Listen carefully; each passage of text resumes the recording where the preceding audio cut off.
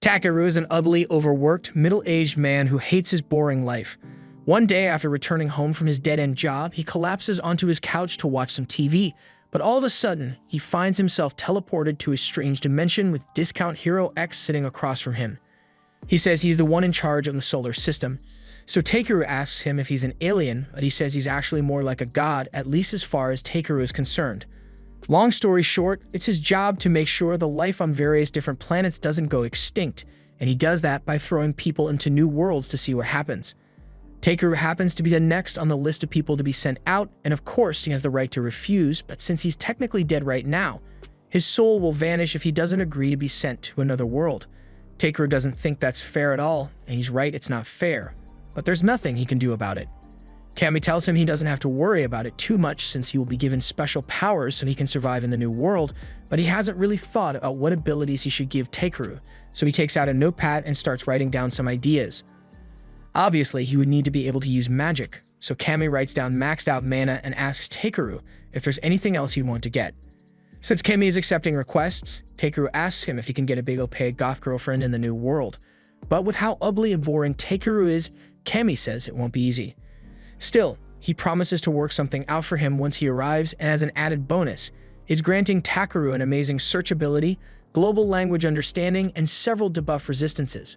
He's honestly not sure if he's allowed to give people so many op stats in one go, but there's no time to change it now since Takeru's body has already begun to disappear, so he wishes him good luck with his new life. In the next moment, Takeru wakes up lying next to a tree, and he has a good grasp of what happened, but he wonders what he should do now. He decides to just start walking in a random direction in hopes of running into some people, and fortunately, he manages to spot a village close by.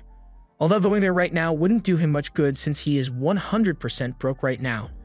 Just then, he remembers that Kami said he'd be getting a search skill to help him gather material, and that sounds like a good way to earn money, so he holds out his stick and shouts for the search magic to activate, but nothing happens. He then starts freaking out because if he can't figure out how to use his ability, then he's going to starve sooner or later. He starts writing out possible trigger words in the ground, and he eventually comes up with the idea to just say the word search. And that seems to do the trick. Purple icons pop up next to all the harvestable items in the area, and if he says the word scan next to one, it shows a detailed description of what it is. This particular flower happens to be B rank, and he's not sure what that means, but it must be good, so he decides to gather as many plants as he can from this area. After a few minutes of gathering, Takeru has gotten a few pieces of everything this area of the forest has to offer. But most of the plants turn out to be E rank, so he's not sure if doing this was worth the effort.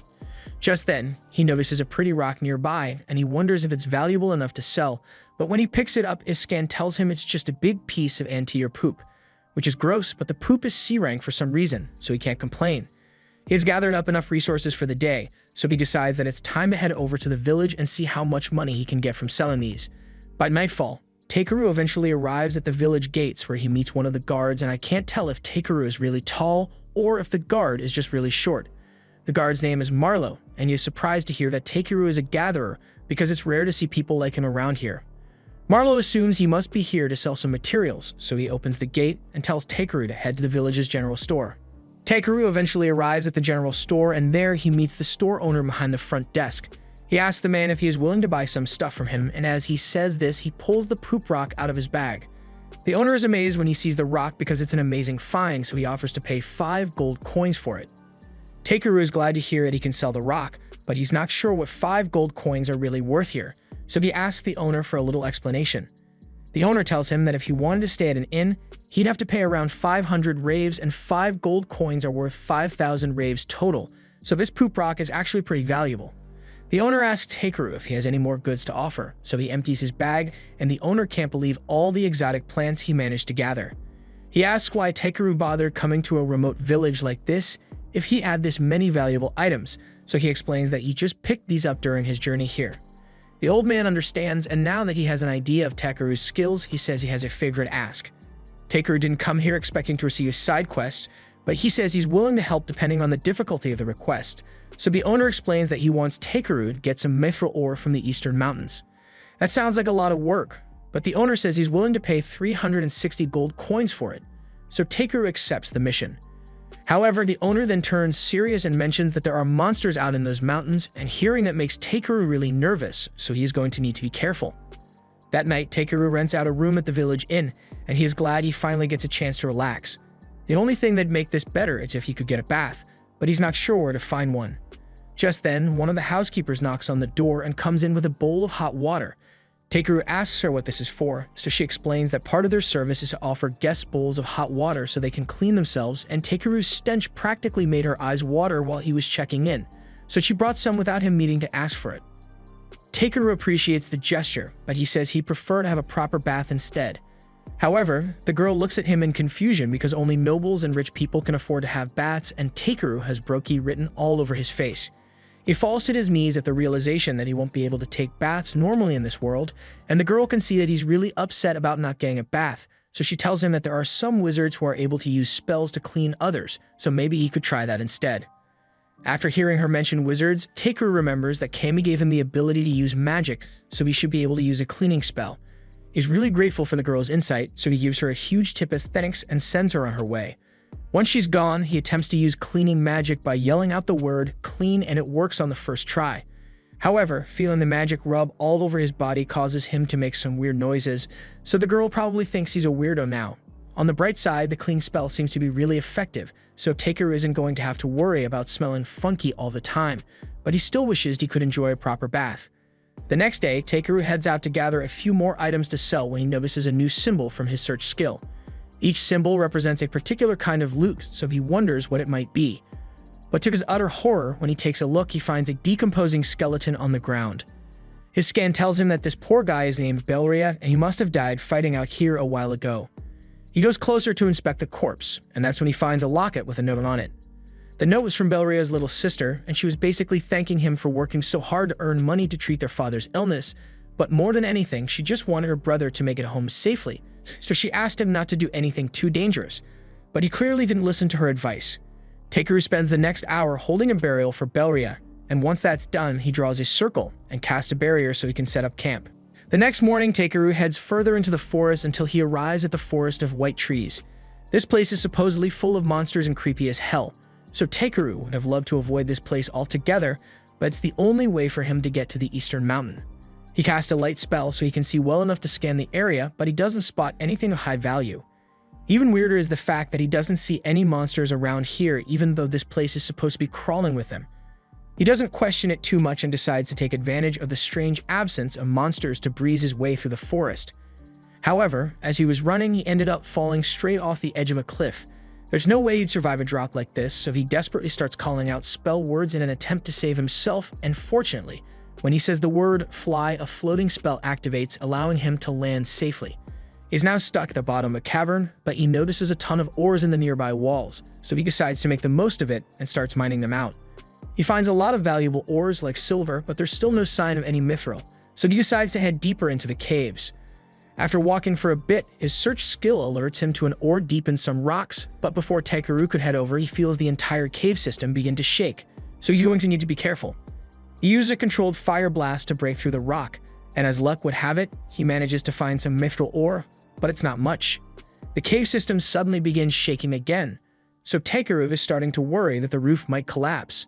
The smart thing to do right now would be to head home for the day and come back when you know it's safe, but just like a fanatic cage diver, he decides to keep going deeper anyway. He eventually comes across an opening which leads him to a beautiful aquifer, and he is really excited because the water looks so dazzling. He uses his ability to scan it, and to his surprise, he discovered that this is S-rank ancient dragon magical water. This is the most valuable thing he has ever found, but that ancient dragon part does concern him a little since he wouldn't want to have to deal with one of those. Just then, as Takeru dips his hands in the water, something huge emerges from the water, and a moment later, Takeru is face to face with the ancient dragon. The dragon yells at him for daring to intrude upon its lair, and it is letting off a deadly pressure to intimidate Takeru, but he doesn't actually notice anything wrong. Takeru realizes this is his fault for intruding on the dragon's home, so he sincerely apologizes for his mistake, but this catches the dragon off guard since it has never seen someone remain so calm in its presence before. It takes a liking to Takeru and asks him if he's really a human because he has an unnaturally high amount of mana. It says Takeru's mana pool might even be greater than its own, but Takeru has no idea what it's talking about. The dragon's name is Voldius, and he has a favorite ask now that he knows Takeru has such an expansive mana pool.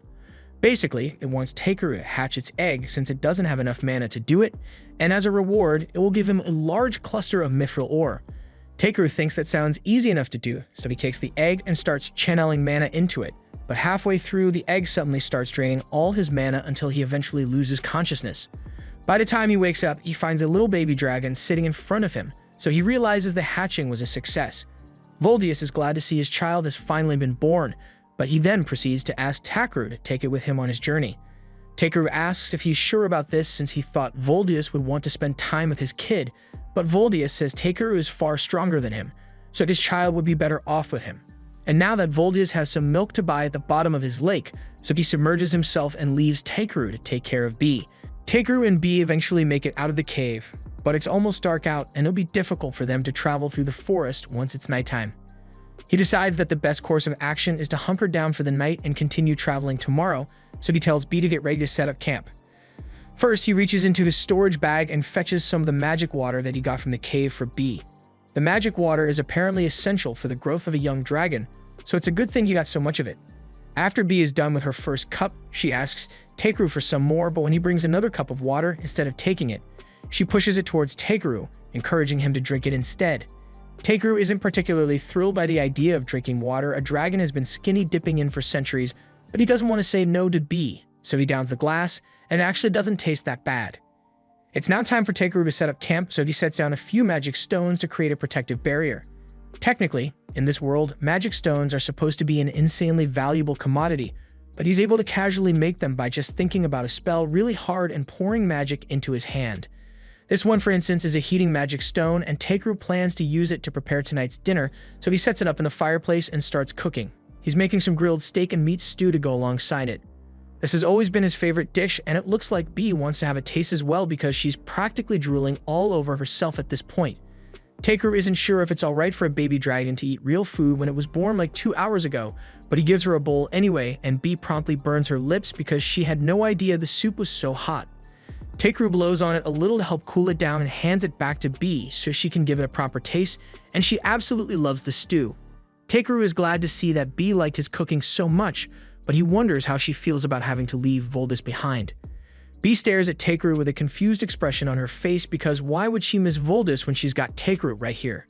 While Bee is hugging him, he uses his appraisal skill on her, and he is surprised to see that Bee is already B rank even though she's still so little and cute. She also has a bunch of strong-sounding gifts like Limitless evolution, so she's bound to become stronger than him eventually, but he wants to make it clear that she's absolutely forbidden from doing anything that'd be too reckless. Which is good advice in principle, but Bee wasn't listening at all. The next morning, Takeru climbs back up the cliff, and when he gets to the top, he's surprised to see that the forest seems totally normal now. He wonders what could have caused such a drastic change overnight, but it's not his job to figure things like this out, so he decides to just let it go. Since he's here anyway, he figures he might as well do some gathering, so he uses his search ability to scan for any C-rank ingredients nearby, but just as he's about to start picking them up, Bee comes flying over to him in a panic because there's something scary in the forest. Takeru switches the target of his scan to any hostile monsters in the area, and sure enough, he locates half a dozen hostiles closing in on them. He may not enjoy fighting, but he's more than capable of dealing with a few monsters on his own. All of a sudden, a rock griffin appears behind him, but compared to Voldius, this barely seems like an inconvenience, and if anything, he can't wait to taste the bird's juicy meat once he kills it. He casts his shield to protect himself and then conjures up 3 ice needles before shooting them at the monster and taking it down in one fell swoop. He then turns to face the horde of wolves that's closing in on him and to deal with them. He casts some enhancement magic on himself to boost his movement speed and jumps into the air to evade the wolves' initial attack. He then casts hardening on his hands and feet and caves one skull in on his way down with an axe kick. Afterwards, he takes the remaining wolves out one after another, and by the time he's done, he's got a lot of meat to collect for his next meal. He's happy with the haul he got from that battle, but when he looks up, he realizes there are still a ton of monsters out there, and if he tries fighting them all, he's going to be stuck in this forest for weeks. He wishes there was a way he could just avoid dealing with them altogether. And as he says this, Bee grabs onto the back of his jacket and starts trying to pull him into the air. Takeru wasn't expecting this to work since Bee is so much smaller than him. But as it turns out, she's actually pretty strong, so she manages to lift him into the air. However, at this rate, it'll take them 4 to 5 business days to get out of this forest. So Takeru decides to help out by casting weight reduction magic on himself.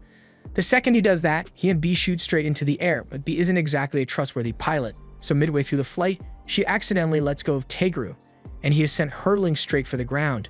Somehow, he managed to survive that devastating fall, and on the bright side, he managed to make it out of the white forest in a matter of minutes, so the mild hip fracture was definitely worth it. They are pretty close to the village, but Tegru doesn't want to risk flying on B, so he decides to just walk instead.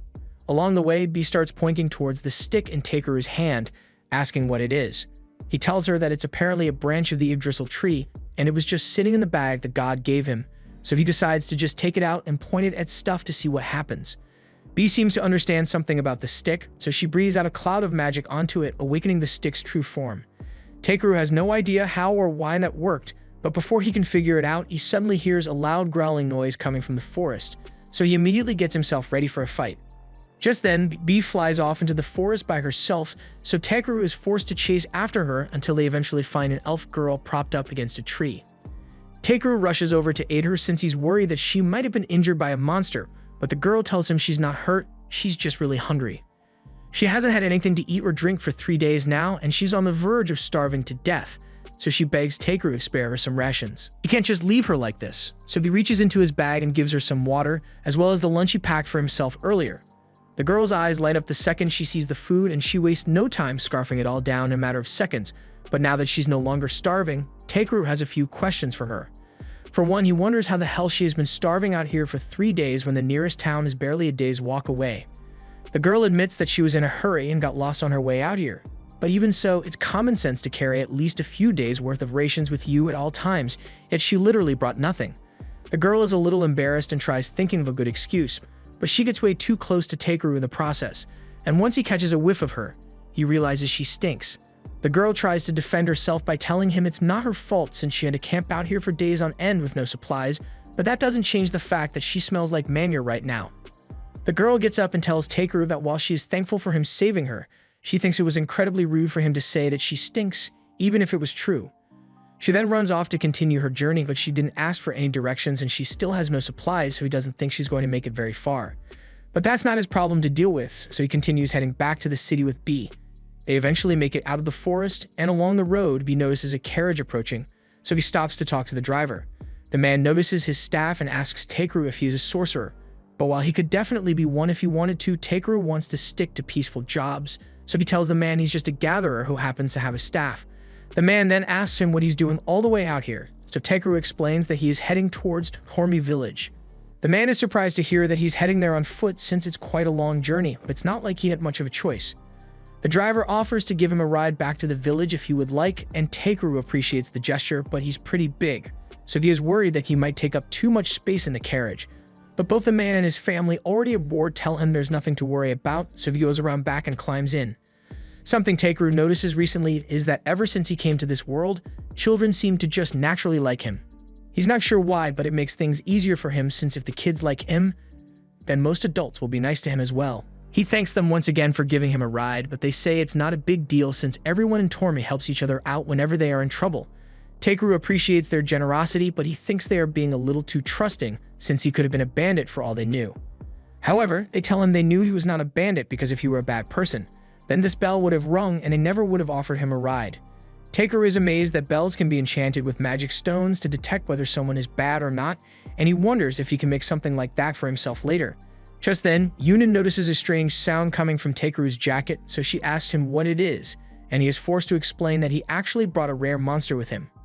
He was expecting the family to freak out a little at the mention of a monster, but they tell him that it's actually perfectly normal for adventurers to keep monsters as pets from time to time, so it doesn't bother them. In that case, there's no reason for Tegru to hide B any longer, so he tells her she can come out, but she had better not bite anyone. Once the kids see B, they are both overwhelmed by how cute she is, but Eliza and Palom are both more impressed by the fact that Tegru managed to tame a dragon cub. They ask him if he happens to be the Dragon Knight, but he says he just happened to find and hatch a dragon while he was out on a mission. Once it's time to take a break for the night, Tegru sets up his barrier and he assures the family that as long as the barrier remains up, no monsters will come anywhere near them. And even if something does try to attack them, B will be here to alert them before it gets too close. They are all glad to know that they are safe for the night, but they still need to do something about their dinner, so Eliza gets ready to start cooking. But before she does, Tegru asks her if she'd be willing to let him handle the meal prep for today. He reaches into his bag and pulls out all his pans, which amazes the kids since there's no way all that stuff should be able to fit in such a small sack. Takeru explains that his bag operates like an item box, so there's a lot more space on the inside than it seems, and it's really handy for gathering things. Once Takeru is done cooking, everyone digs in and they are all delighted by how delicious his food is, especially Paulum since he was sick of having to eat dried meat all the time. As the night drags on, they all begin to sing songs and dance to pass the time, and the kids even invite Takeru to join in. He never got to experience anything like this when he was back on Earth, since he'd always just spend the night alone in front of his TV, but eating with others is a lot more fun than he thought it would be. The next morning, Takeru wakes up and begins working on cleaning his scissors to keep himself busy until it's time to get back on the road. Poland tells him they can head out after they've had breakfast, but Takeru actually has a small favor he'd like to ask. He has never tried driving a carriage before, so he asks Poland to let him try, and he sees no issue with it. So he lets Takeru take the reins, and before long they arrive at the village. Takeru gets off the carriage and Poland thanks him for sharing his food, but Takeru says he should be the one thanking them since he didn't have to walk all the way back on his own.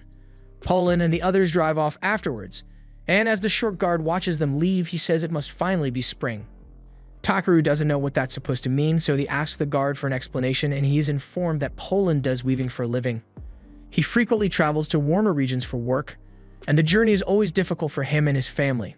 Unable to hunt, they're left to survive on meager rations. That explains why he was so happy to taste Takeru's food, and learning how bad Poland has it makes Takeru realize how lucky he is to have an ability that allows him to gather materials. A little while later, Takeru heads back to Jerome's store to deliver the materials that he was asked to gather, and as a little test, Takeru slips one magic mithril ore he got from the dragon's den in with the regular mithril to see if Jerome is the kind of person to scam him.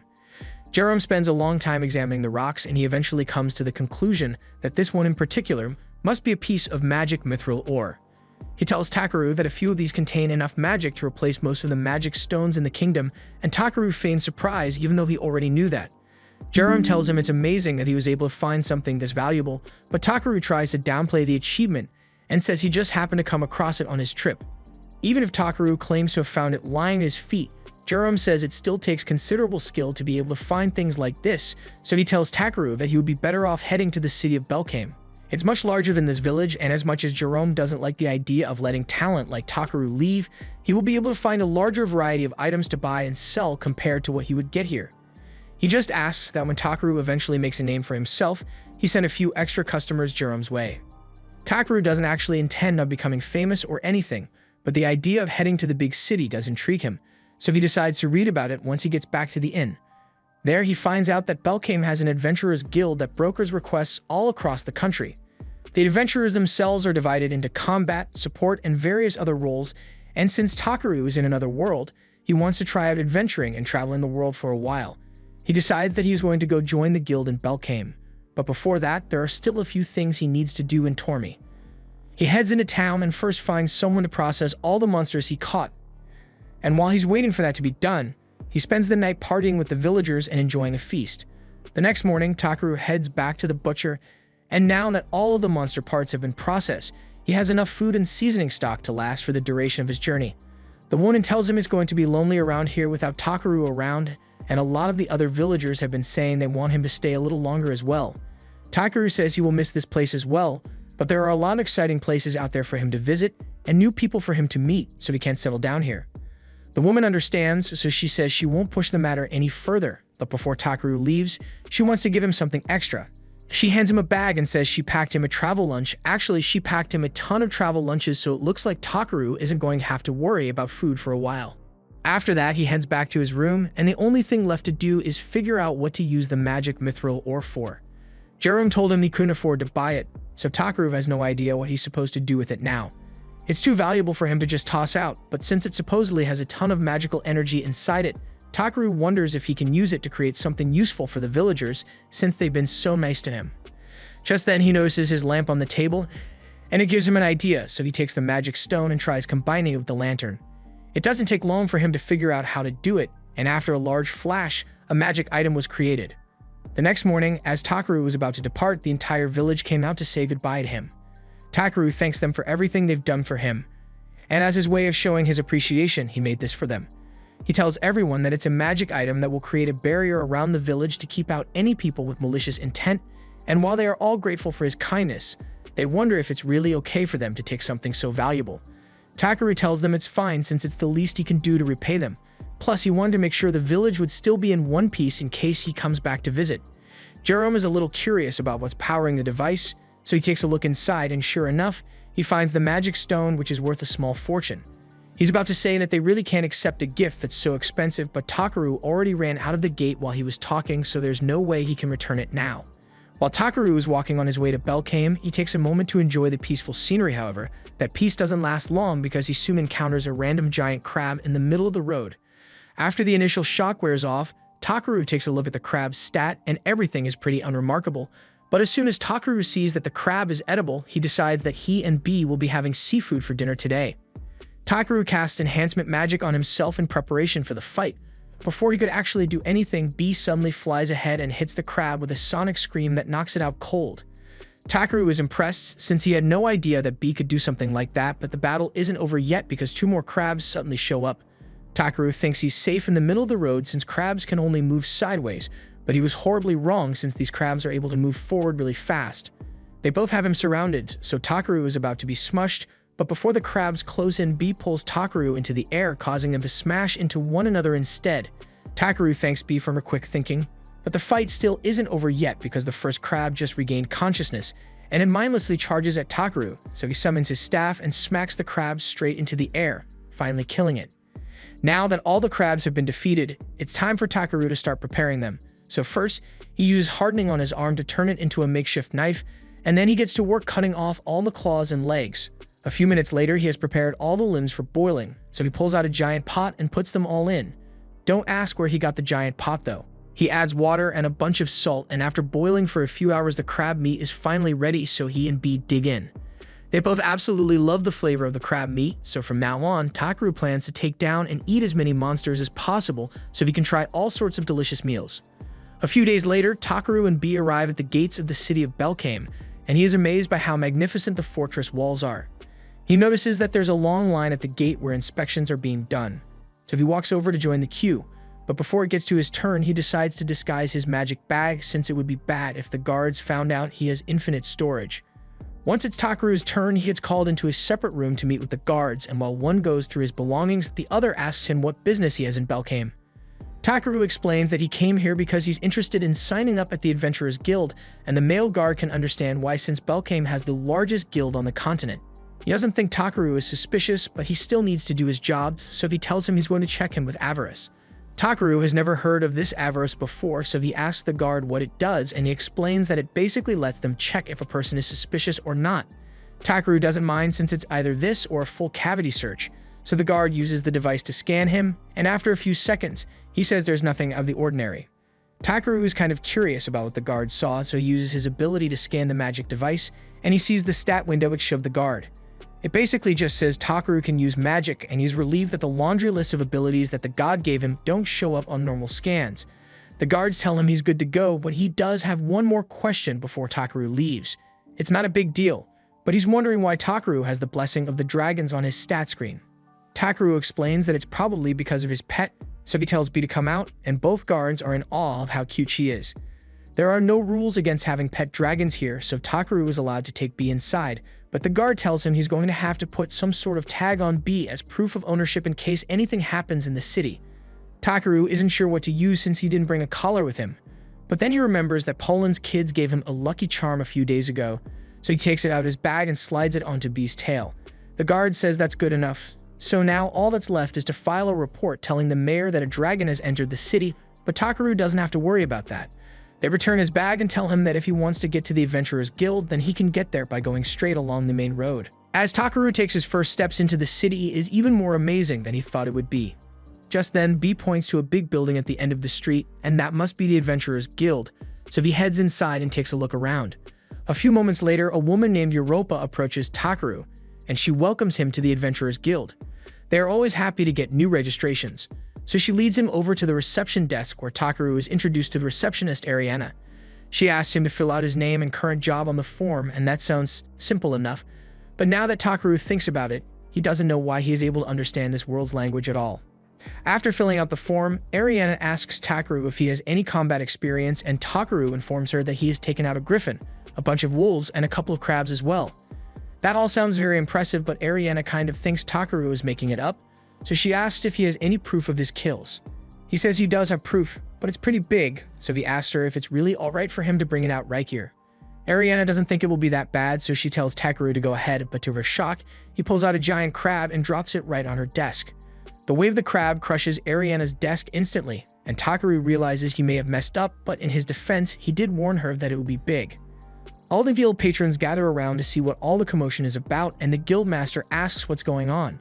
Takaru says he just wanted to show Ariana his crab, and the guild master can see that, but he gets suspicious of the fact that Takaru has an item box, so he asks him where he got it. Takaru says he got it as a gift, and after using his ability, the guild master confirms that Takaru is telling the truth. The guild master has a scan ability similar to Takaru's, but instead of a stat screen, he just sees an aura around a person that tells him whether they have good or bad intentions, and Takaru seems fine, so there's no need to punish him for a simple mistake. He says they can appraise the crab and issue payment by the end of the day, but Takaru says he actually plans to eat the crab later, which shocks everyone in the guild. The crowd is starting to get even bigger, so Ariana says she will finish Takaru's registration in the room next door. Once she's at a new desk, she tells him that the crab definitely proved that he is a capable fighter, so she finishes up his registration and slides a guild armband over to him. She knows he deserves a higher rank, but according to the guild rules, all new members have to start at F rank. However, with his skills, he should be able to rank up in no time.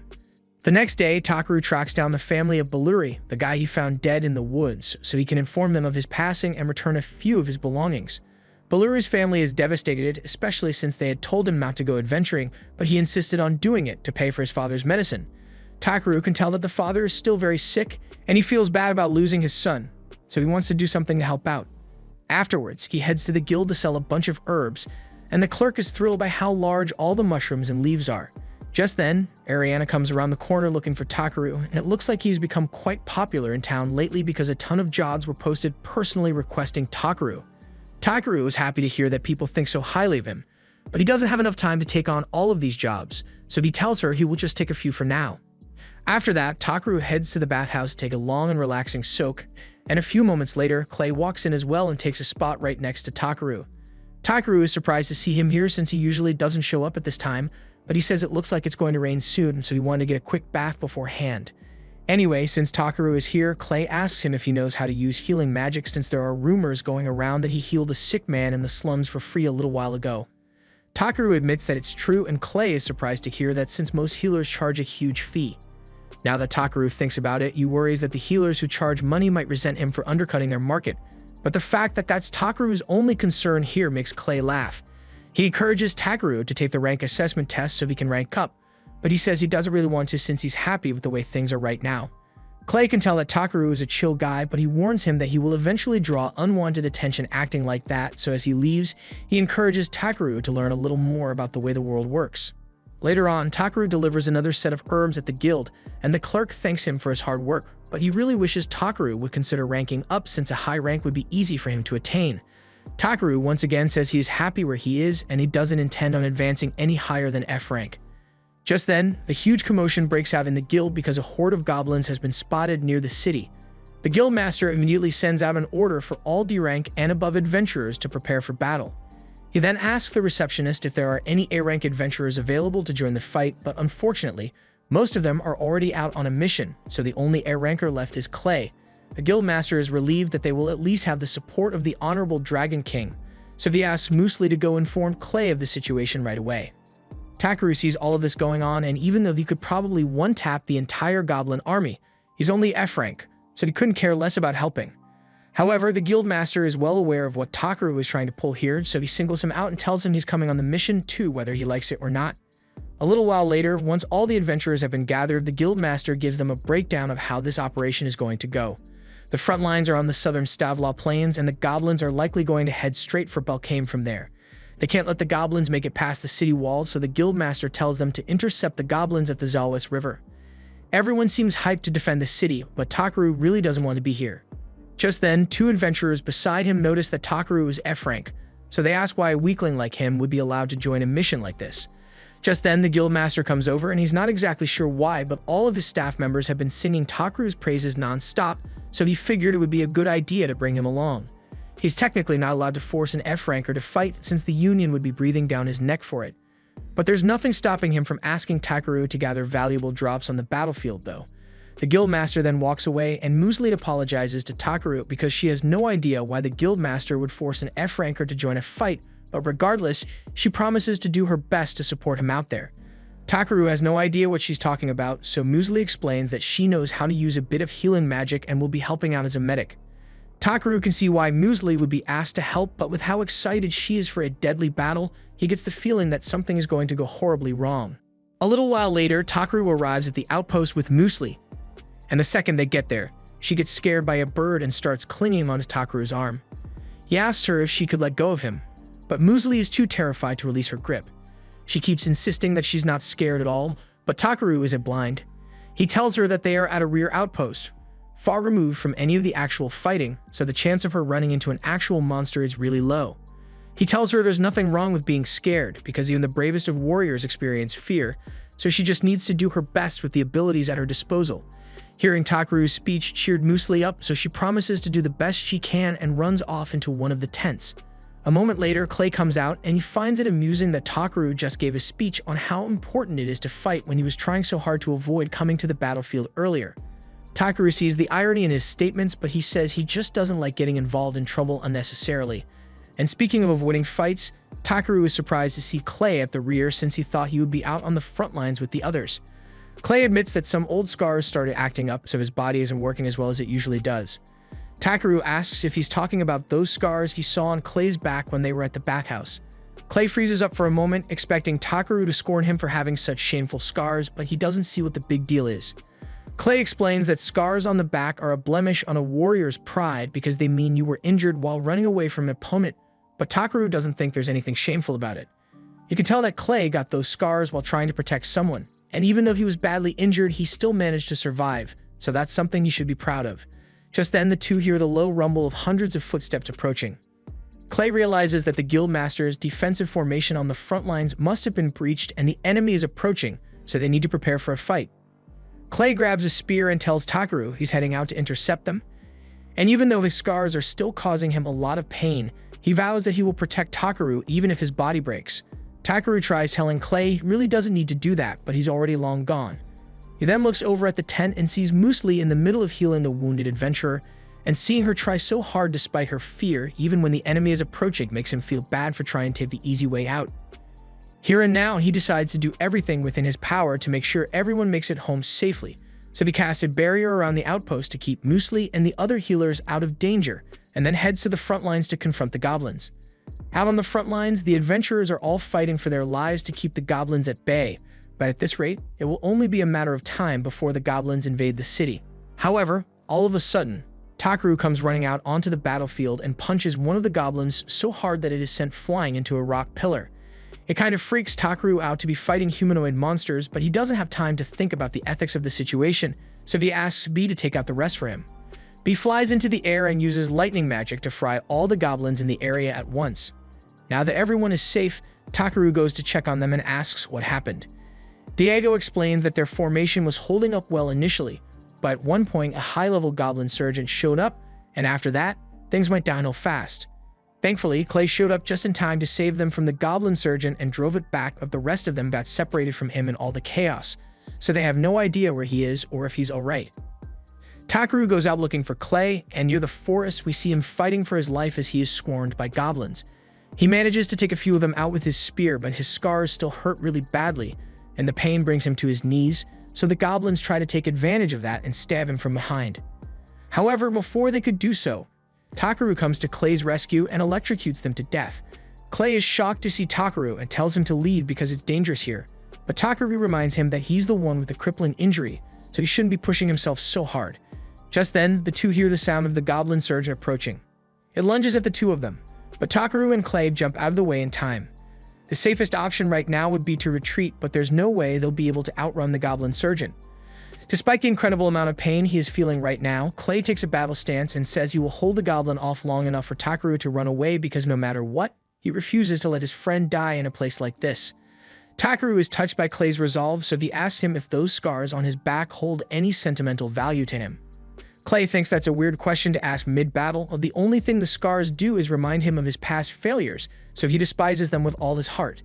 Takaru assumes that means he wouldn't mind them being erased, and before Clay has a chance to ask him what he's talking about, Takaru reaches into his bag and splashes Clay with some of Vol's magic water. He then casts full healing magic on Clay to get rid of his scars, but he may have had some unintended side effects because while it did get rid of the scars, it also forced Clay to evolve and turn him black. Takaru has no idea what just happened, and neither does Clay. But not only is the pain from his scars gone, he also feels stronger than ever before for some reason. He decides to test out his new strength by attacking the goblins all by himself, and in a matter of seconds, he has wiped them all out without so much as breaking a sweat. Later that night, Clay heads to Takaru's room and he's back to normal now, but he can still feel immense energy smoldering within his body, so he demands to know exactly what Takaru did to him earlier today. Takaru explains that he just used some magic water from the ancient dragon as a catalyst and cast healing magic. Clay is confused, so he asks Takaru how he knows an ancient dragon, and he explains that Vol is B's father, which kind of means B is also an ancient dragon. Clay sits down and takes a moment to process all the information he just learned. He's grateful for what Takaru did for him, but no ordinary person would have been capable of such a feat, so Clay asks him who he really is. Takaru realizes he may have said way too much, but then again, the god never told him he had to keep his identity a secret, so there's no reason to hide it from a trusted friend. He tells Clay that he is from another world, and Clay is stunned in place for a moment because he can't tell if Takaru is messing with him or not. Takaru sits him down and explains everything that's happened regarding his reincarnation, and Clay still finds it hard to believe, but considering all the impossible things Takaru has already done, it doesn't actually sound too strange. Clay promises to keep Takaru's origins a secret, but he tells him he needs to be more careful about how he uses his power since altering someone's body is a big deal. Her name is Reborn. She's the one in charge of the shop. He asks her if she has any gatherer scissors in stock since his are worn out, but unfortunately, she tells him she doesn't sell those. On the bright side, she does know a great blacksmith who could make some scissors for Takaru, but he's waiting to fetch a few materials in exchange. Takaru says he is willing to listen to the details of the job, so Ribble begins leading him towards her boss's workroom. However, as they are walking down the halls, Takaru happens to spot a group of blacksmiths hard at work in the forge. He thinks their work is really impressive, and Ribble agrees with him, which is why she wants to become a talented blacksmith and forge a sword fit for a hero one day.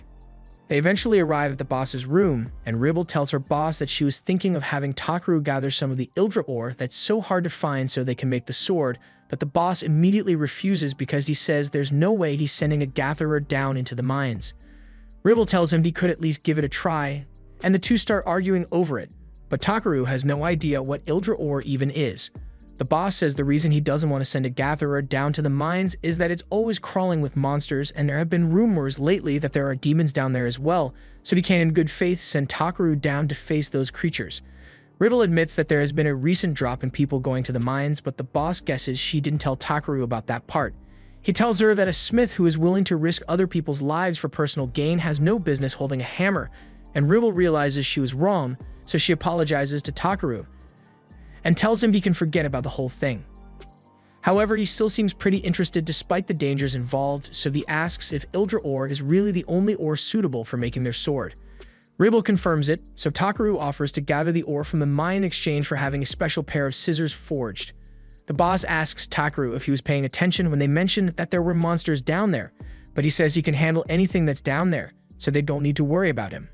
As proof, he pulls out one of the crab claws he still carries around with him. And this is a monster that even B-rank adventurers would struggle with, so the boss realizes that Takaru might actually be able to handle it. Takaru sets out immediately for the Ryuhai mines, and along the way, the others in the carriage start talking about how strange it is that all the poisonous herbs around in the area disappeared overnight. Takaru gets concerned because he thinks it might be his fault for overdoing it with the gathering, but he dismisses the idea immediately after. A little while later, the carriage drops him off, and he realizes he is near a horse farm, so he goes to take a look inside. There he happens to spot that elf girl from before, and she seems to be having an argument with the farm owner because she asked for a white horse that can gallop across the sky, but the farmer is showing her a giant raven instead. The farmer tells her that around here a horse is more of a category than a name, so anything that can carry cargo is classified as a horse, whether it is actually a horse or just a raven. The elf realizes this is her fault for not being more specific about her request, so she apologizes for making such a fuss about it. The farmer tells her it's not a big deal, but if what she's looking for is a white Pegasus, he tells her she'd have better luck searching in the Dwarven Kingdom, so she decides to start heading there immediately with no preparation. Takaru continues his journey, and as he is passing through the forest, he realizes that there are a bunch of valuable ingredients all over the place. He even found a patch of moonmag grass, so he spends the next few minutes gathering some. However, just as he is about to leave, he hears a familiar growling sound coming from the corner, and when he gets to check it out, he finds the elf slumped against a tree and on the verge of dying from hunger. Again, he gives her some food and water, and she is very grateful for the help, so she extends her hand for a handshake. However, she still smells absolutely awful, and Takaru refuses to be subjected to the foul stench any longer, so he uses clean on her. She introduces herself as Velvereta Brolita, and she thanks Takaru for his kindness towards her both now and back then. Takaru says there's no need to thank him and begins walking away, but Brolita stops him because she wants to pay him back. Takaru says he wasn't helping her expecting to receive a reward, but in that case, Brolita says she will accompany him on his journey to help out as much as she can. Takaru tells her she really doesn't need to do that, but she insists, so he decides to just let her do what she wants. Over the next few hours, Takaru spends his time gathering more herbs from the forest, and Brolita does her best to help, but she keeps grabbing a bunch of useless stuff.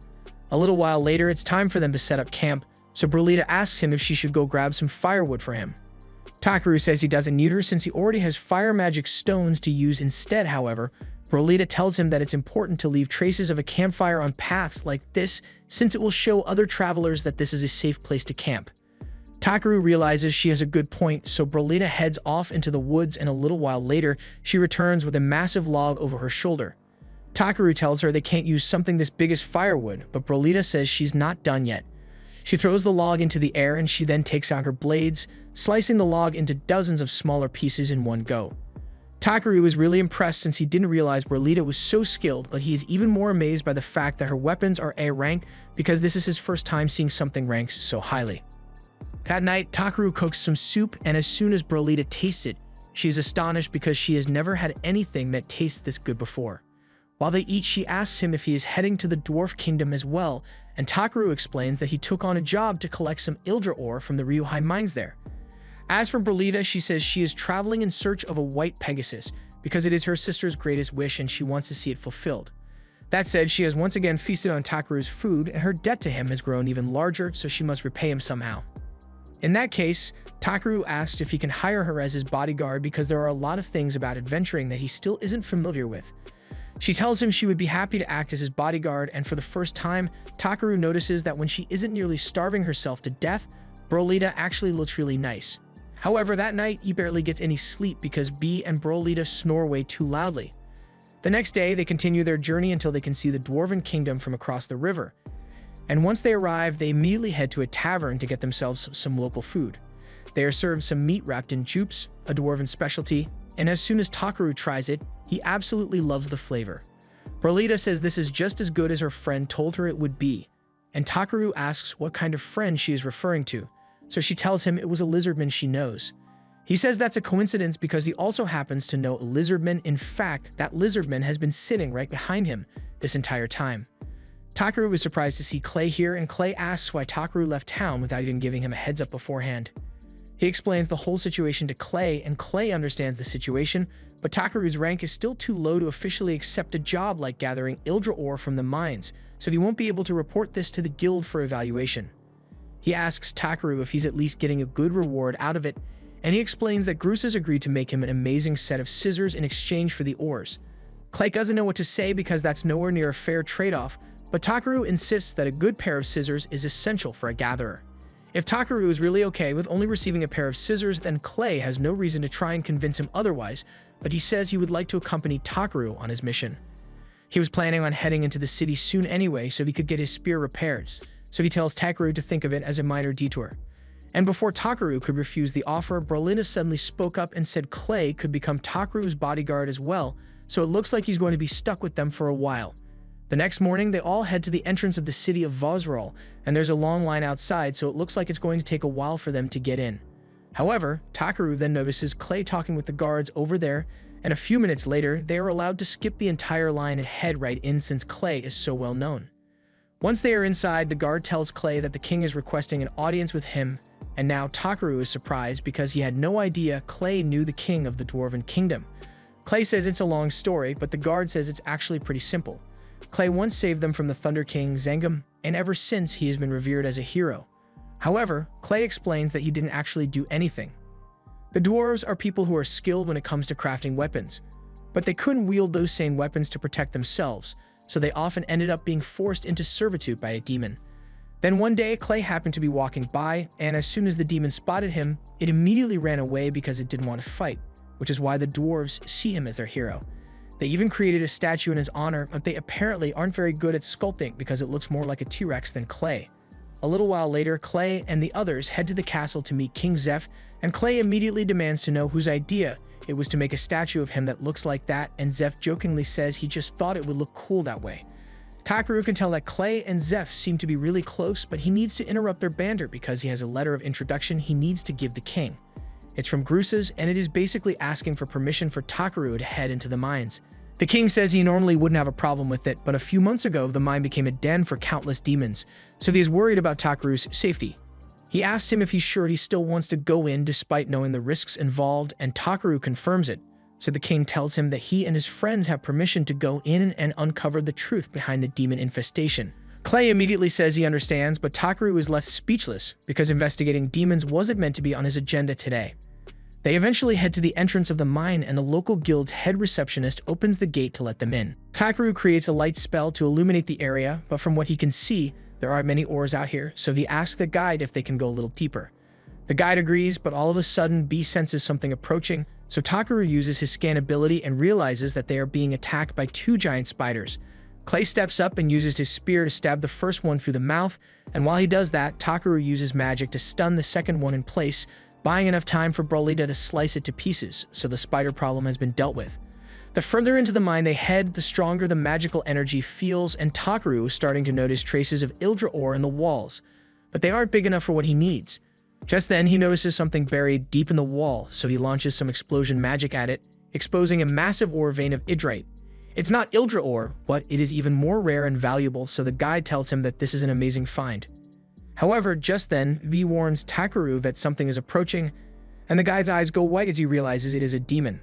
After getting a good look at it, Takaru tells everyone to stand back because he intends to handle this one by himself. But not because he hates demons or anything, it's because the demon in question happens to be a crab and he and B can't wait to eat it. Takaru asks B to provide some cover fire while he rushes in to attack, but he reminds B not to use any fire or lightning attacks since they wouldn't want to destroy any of the juicy crab meat.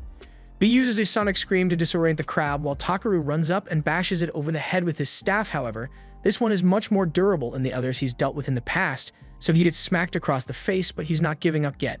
The crab tries to stomp on him, but Takaru manages to roll out of the way in time, and B uses the opportunity to freeze the crab's leg in place. This gives Takaru an idea, so he forms several ice needles and launches them all at the crab, freezing it solid.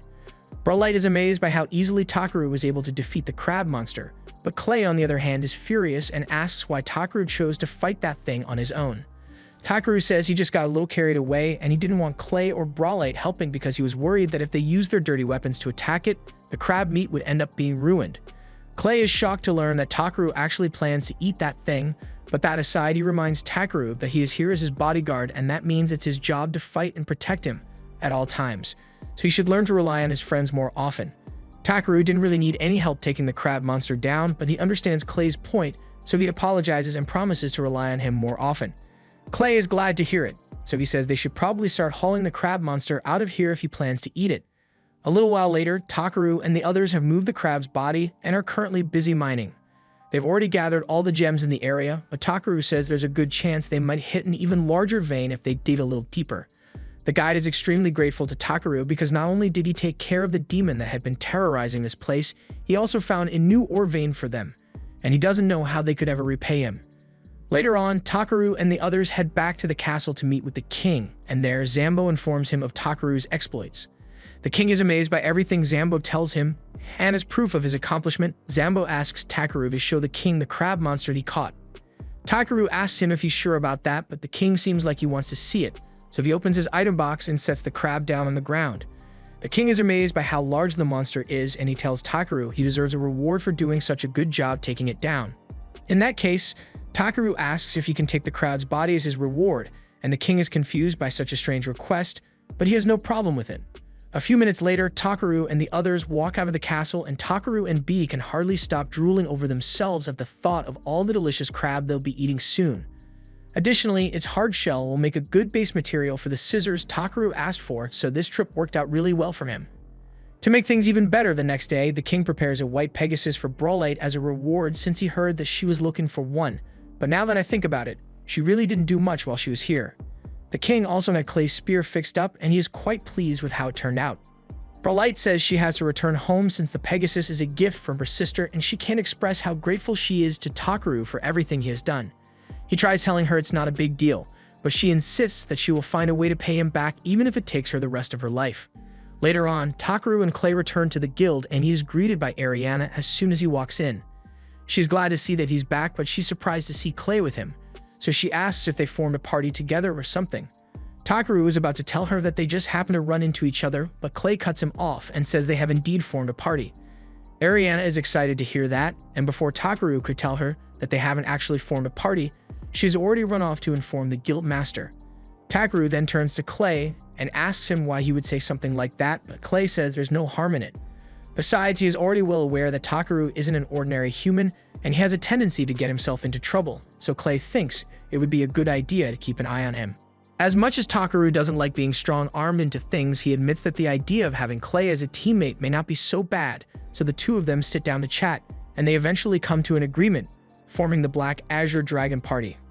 Afterwards, Takaru heads over to the smithing shop to deliver the materials he gathered, and as soon as the boss sees all the pure Ildrite Takaru gathered, he is left speechless.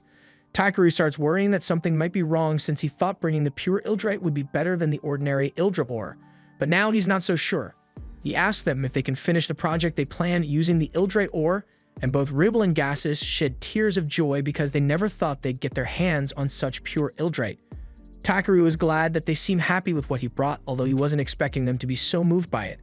After Ribble and Gassus stop crying, they turn to Takaru and tell him that while they are grateful, with this many stones, there's no way they have enough money to pay him for the value of the Ildrite he brought. However, Takaru says that they don't need to worry about giving him money since all he wants is a custom pair of scissors that only he can use. But before that, he wants them to take this Ildrite and use it to make the best sword ever so they can win the sword crafting contest. Half a month later, Takaru is in the tavern enjoying a nice mug of beer when all of a sudden he is interrupted by Wade. Wade says someone important is looking for him, and they left this letter for Takaru, asking him to have a meeting with them. Clay takes a look at the letter and recognizes it as the crest of the house of Lusilvach. Wade explains that the letter is from the lord of this territory, and Takaru doesn't like the sound of that because it seems like it would be a huge hassle to deal with. He starts thinking of ways to back out of the meeting, but Wade assures him that while the lord in question may be a noble, he isn't unpleasant, so there should be no problem with Takaru meeting him. Takaru takes Wade's word for it and opens the letter to see what's written inside. The letter is a formal request for Takaru and Clay to visit the lord's manor so he can bestow honors upon them. Clay is surprised that his name is listed in the letter as well, but Wade explains that the lord probably heard about Takaru and Clay forming a party and wanted to invite both of them. The idea of receiving honors sounds nice and all, but Takaru gets the feeling that this is just an excuse to get him to show up. Clay agrees and says it's likely that the lord just wants to see B since it's rare for a baby dragon to be spotted, but that gets Takaru worried because he doesn't want to risk having the lord take B away from him. Wade assures him that the lord isn't that kind of person, and he doesn't have the authority to seize someone's pet anyway.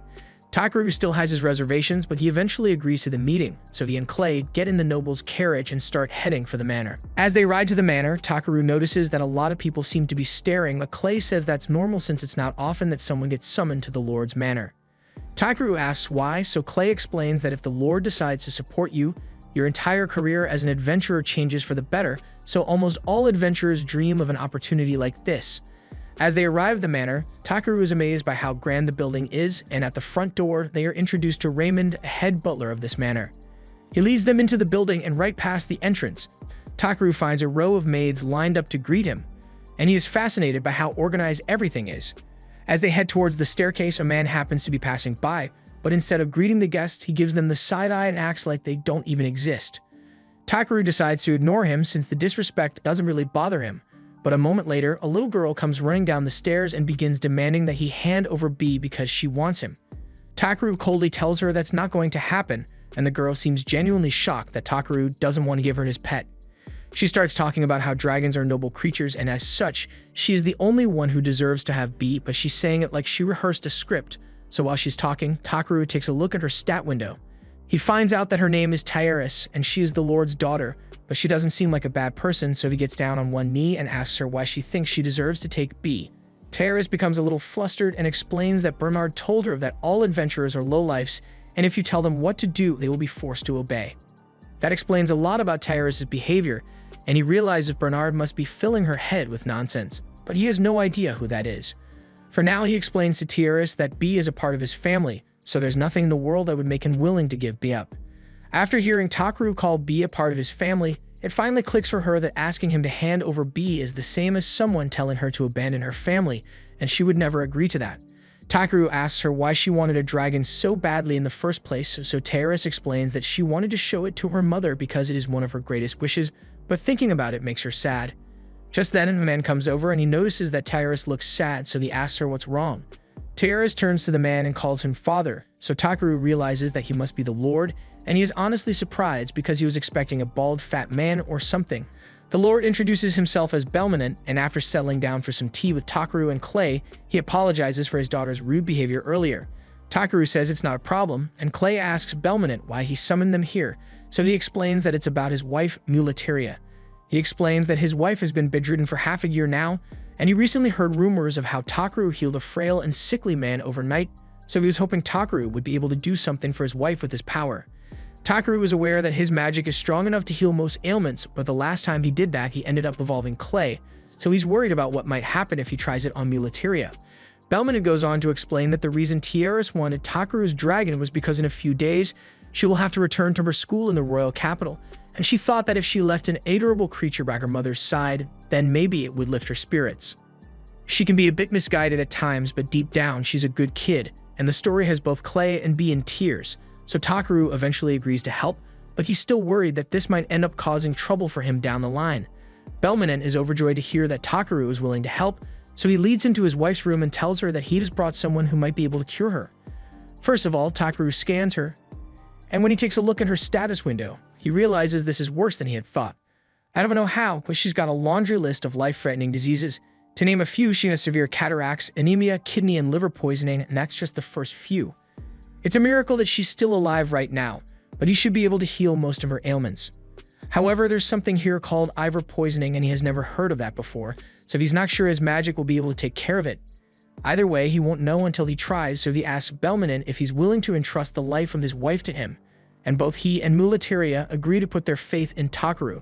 Clay asks him if he intends to use the same technique he used to heal him back then, but Takaru says he can't since it puts a lot of strain on the body, and in Muleteria's current condition, there's no way she'd be able to handle that, so he's going to try something different. But first, he needs to do something about this dark and gloomy room, and since all the windows are closed in order to protect Muleteria's sensitive eyes, he's going to start with that. He puts his hand over her face and casts healing magic, but if he uses too much at once, he could accidentally hurt her, so he needs to be really careful. Once he is done, he asks Muleteria to slowly open her eyes, and as she does so, she is stunned at her realization that she can actually see again. Takaru is glad to hear that because it means she doesn't need the room to be so dark, so he takes out his staff and uses cleaning magic to get rid of all the dust and open the windows to let fresh sunlight in. Muleteria is overjoyed to be able to bask in the sun without her eyes burning, and it's all thanks to Takaru. But as much as he'd like to take care of her other ailments next, he can't right now, so he asks to speak with Belmonent in private for a moment. Belmonent agrees to go with him, and once they are alone, Takaru informs him that his wife has something called Ivor poisoning, and from what he knows, she got it from ingesting Ivor toxins. Belmonent is about to say there's no way Muleteria would be careless enough to eat that toxin, but then he realizes that someone must have been poisoning her, and he can't believe he never noticed. He asks if there's anything he can do, but since Takaru has no idea how Ivor toxins work, he can't heal her. He asks Belmonent if he can get his hands on an antidote, but he says it is impossible. Ivor toxin is an ancient forbidden poison that was lost to time, and as such, the antidote recipe was also lost to time, so no one knows how to make it anymore. However, Belmonent does know where they might be able to find some clues, so he pulls out all the old record books in the library and explains that these contain notes from all the previous lords, so they might be able to find some information regarding the Ivor toxin in here. But there's one small problem. All the books are written in an ancient language that no one has been able to decipher for decades. However, thanks to Takaru's translation skill, he's able to understand the writing without much trouble, but reading all these books to find information on the Ivor poison would take ages, so he wishes he could search for keywords or something to make it easier. Just then, he comes up with the idea to modify his search skill and use it to identify the book that contains information on the Ivor poison. And yes, if search is so flexible, he could probably just use it to find the Ivor poison directly, but he didn't think of that. After activating his search, one of the books lights up, so he flips through the pages and eventually finds a section that contains information about the poison. It's the diary of a boy named Pola Pola, and it talks about how he randomly came across a field of Ivor flowers near a lake with a horse rock nearby, and Clay happens to know where that lake is. He saw it on one of his journeys to a small village, so he points to it on a map and tells the others that the village is called Asheth. Belmont realizes that Asheth is in the Venone region, and that's outside the Lusilevich territory, so it would take at least 5 days of travel to get there. And if that's the case, Takaru says he will leave immediately since there's no time to waste. As the horses are prepared for Takaru's departure, Bernard watches from the windows with a look of contempt on his face, and as for Takaru, he is next to one of the castle walls, setting down some magic crystals. Belmont comes over to find him and asks what he's doing, so Takaru explains that he was just setting up a little safeguard, since there's a chance that someone might try to harm Muleteria while he's gone. Just then, Teres comes running over to see Takaru because she wanted to apologize for the way she acted earlier. He came here to save her mother, yet she acted so rudely towards him for no reason and she feels terrible about it. However, Takaru tells her that what's important is that she was able to recognize that she was wrong and correct her behavior. It's a very important skill to be able to realize that you might be wrong about something, so Teres is well on her way to living a full and rich life. From now on, he asks Teres to think things through for herself before acting, and she promises not to make the same mistake again. There's one last thing he wants to say before he leaves, so he tells Teres that while he's gone, a certain individual might try telling her things like Takaru is an enemy, or that he is deceiving her, and if that happens, he wants Teres to avoid giving an immediate answer and to instead go talk to her father about it first. Teres promises to keep that in mind, so Takaru and Clay head out, and to make the journey as quick as possible, he casts speed-boosting magic on the horses. Over the next few days, the two make their way over to the village of Asheth, but when they finally arrive, they find a barren wasteland instead. Last time Clay was here, this place was a lush farming village, but it looks like there hasn't been any rain here for a long while, so Takaru is starting to worry that the lake they are looking for might have dried up already. Clay doesn't think that's going to be much of an issue since lakes don't usually dry up so quickly, but when they finally make it to the lake, while it doesn't seem to have dried out, the water looks kind of funky. Takaru takes a look at it, and from what he can tell, it looks like the water has been contaminated, and the person responsible definitely did it intentionally. Just then, Takaru and Clay are cornered by a group of villagers, and they look rather sickly, but they are determined to defend their village, so they demand to know what Takaru and Clay are doing here. Takaru realizes that the villagers are just trying to protect their home, so he calmly explains that he and Clay are adventurers from Belkame, and they came here on a mission to gather a rare material. The villagers seem skeptical, so they ask Takaru and Clay to prove that they really are adventurers, and Clay shows them his A-rank armband as proof. The villagers now realize that they really are adventurers, so they drop their hoes, but as Takaru is asking if they have any useful information to give him, he notices one of them fall to the ground, and as he goes to check on the boy, he realizes he seems way too light for a growing child. He turns to the adults and asks if they've been getting enough food to eat recently, but the reality of the situation is much worse than he thought. The villagers explain that roughly 10 months ago, the water in their lake suddenly became cursed, so they couldn't drink from it anymore. And the same thing also happened with their well, leaving them with no source of water for their people or crops. However, all of a sudden, a merchant named Ingach showed up, and he offered to help them in exchange for a special flower that grows by the lake. The location of that flower is a village secret, so they couldn't just tell him where it was, but they were desperate, so they ended up making a deal with him anyway. In exchange for one Ivor flower a month, Ngachi offered to give them 60 barrels of water, but that water wasn't enough for them to drink and grow crops at the same time, so they have been slowly starving out here for months. After everything the villagers have told Takaru, it is clear to him that Ngachi is behind this whole thing, so he tells them that that man is definitely evil. The villagers can't believe it since they thought Ngachi was just trying to help them out, but Takaru points out that when he was inspecting the lake earlier, he found signs that suggest that the lake was deliberately contaminated. Furthermore, it's awfully convenient that Ngachi happened to show up right after the lake was contaminated, and even if that was just a coincidence, anyone who wants to be paid with a harmful toxin is suspicious. The village chief is mortified by the realization that Ngachi has been using them all along, and Takaru is enraged by all the suffering that merchant has caused. Not only is he likely involved in the poisoning of Muleteria, but he also practically destroyed this village and caused the children here to go hungry just so he could get his hands on the Iver flower. Takaru swears that he won't let Ingachi get away with this, but first he needs to take care of the villagers, so he asks B to fly into the air and use some spirit magic. B understands what Takaru is trying to do, so he flies into the sky and uses magic to form rain clouds over the village. It soon begins raining, providing the villagers with enough clean water to last for a while, but he's not done yet. He then uses his clean spell to clean up all the villagers since they haven't had any water to bathe in for months. And finally, he uses repair magic to restore all their houses. He also pulls out a giant pot and cooks a meal for the villagers since they haven't had a decent meal in a long time, and the village chief is extremely grateful. The kids in the village have really taken a liking to Takaru, so they offer to show him their secret hideout in the woods. Takaru goes along with them, and they end up leading him to an old storage house with a bunch of lettuce fruit stored in here. Takaru is surprised to see so much fruit in storage when the village was starving before he arrived, but the kids tell him it's way too salty for them to eat normally, and they didn't have any water to dilute it with, so it was practically useless. Takaru decides to give it a try, and as soon as he tastes it, his eyes light up because while it may not be fit for regular consumption, he could probably turn this into soy sauce. Meanwhile, back at the mansion, an alarm suddenly goes off, and as soon as Tiaris hears it, she takes off running because she knows what it means. Before Takaru left, he set up a barrier around Mulatiria's room, and he explained that it would sound an alarm if anyone approached her with malicious intent, so that must mean someone is currently trying to kill her mother. Once Tiaris arrives at her mother's room, she finds Bernard at the door, and she finally understands what's going on. Personally, I wouldn't wait to hear what he has to say, but Tiaris finds it hard to believe that Bernard would betray her like this, so she asks him if he is really trying to kill her mother. Bernard completely denied it, but Tiaris points out that the barrier Takaru set up would only go off if it sensed malicious intent, so he must have been planning to do something bad to Mulatiria. Bernard tries to trick Tiaris by telling her she can't believe anything that ignorant adventurer tells her because he's just trying to scam them for as much money as possible, but Tiaris doesn't fall for it. Her father soon arrives and he can see exactly what's going on here, but since Bernard is insisting that he is innocent, Belmonte decides to give him a fair trial. Bernard's defense is that Takaru must have been lying about the barrier detecting malicious intent, but Belmonte finds that hard to believe when Takaru was able to improve Mulatirius so quickly. Still, if Bernard insists that he didn't have any bad intentions when he approached Mulatiria's room, then he can prove it right now by drinking the special water he intended to give her.